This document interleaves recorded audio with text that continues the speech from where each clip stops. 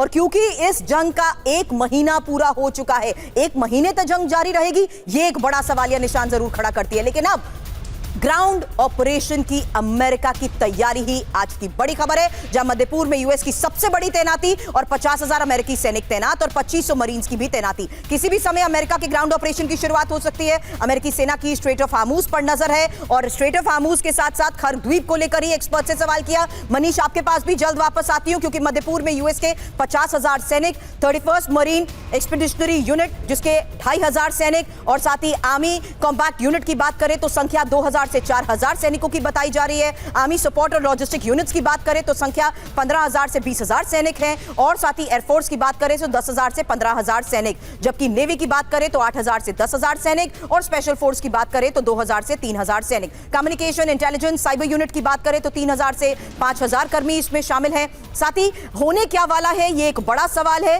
क्योंकि straight of Hormuz में operation को लेकर दावे हैं, खर्ग तेल हब में ऑपरेशन को लेकर दावे हैं और यूरेनियम सुरक्षित करने की योजना के तहत ही। मनीष, आज ये एक सबसे बड़ी खबर है, आपके पास आऊं उससे पहले एक और तस्वीर, क्योंकि मिसाइल से हुए प्रहार की ये तस्वीर इराक के इरबिल से सामने आ रही है, जहां ईरान ने रात भर जोरदार हमले किए और ईरान के निशाने पर अमेरिकी सैनिक ठिकाने रहे। ये देखिए एक और तस्वीर। शहर में काफी नीचे तक लड़ाकू विमान उतर आए और लड़ाकू विमानों की नीची उड़ान से मची दहशत। ये रात 11:35 का वक्त बताया जा रहा है जब लड़ाकू विमानों ने दहशत फैलाई।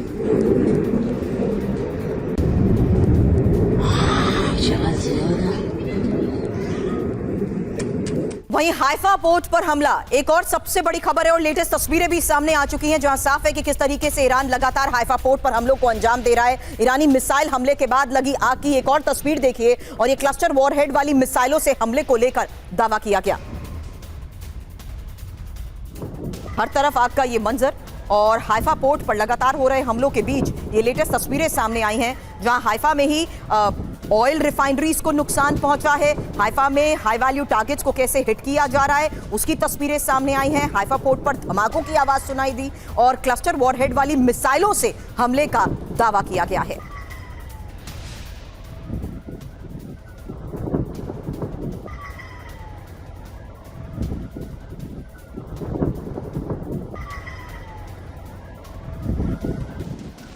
अब बड़ी खबर है मिसाइल सिटी को टारगेट करने को लेकर और अंडरग्राउंड मिसाइल सिटी को टारगेट करने के लिए ही सबसे बड़ी खबर और दावा यह कि किस तरीके से ईरान में B-1B लांसर विमानों से ऑपरेशन जारी है और अंडरग्राउंड मिसाइल बेस पर बॉम्बर से हमले। मिसाइल सिटी नष्ट करने में बॉम्बर कारगर हैं। अंडरग्राउंड बेस पर बंकर बस्टर बॉम्ब गिरा रहे हैं बॉम्बर और हॉर्मुज स्ट्रेट और केशम द्वीप पर बमबारी।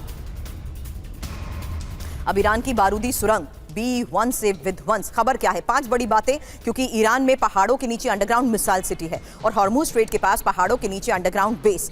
एक और बड़ी बात, जमीन के 440 मीटर नीचे ठोस चट्टान से ये बेस बने हैं। मिसाइलों के जखीरों को सुरक्षित रखने की ही रणनीति है ये। हॉर्मुज स्ट्रेट और केशम द्वीप पर सीक्रेट बेस बनाए गए हैं। हालांकि अमेरिका ने क्या किया है, B-1B लांसर बॉम्बर से अंडरग्राउंड बेस पर बमबारी की है। 5,000 पाउंड के bunker buster bomb missile base पर गिराए हैं। GBU-72 और GBU-28 बॉम्ब से मिसाइल बेस नष्ट किए हैं। ईरान की ज्यादातर अंडरग्राउंड मिसाइल सिटी को ध्वस्त करने का दावा भी किया गया है, लेकिन लगातार इजराइल को टारगेट करते हुए हमलों की तस्वीरें सामने आ रही हैं। 2 और बड़ी खबरें आपको दिखाऊं, उसके बाद मनीष आपके पास आती हूं, क्योंकि ईरान ने रिफाइनरी को अब टारगेट किया है और हाइफा रिफाइनरी से उठ रहे धुएं की ये एक और तस्वीर, जहां क्लस्टर बॉम्ब से हाइफा पर हमले का किया गया दावा।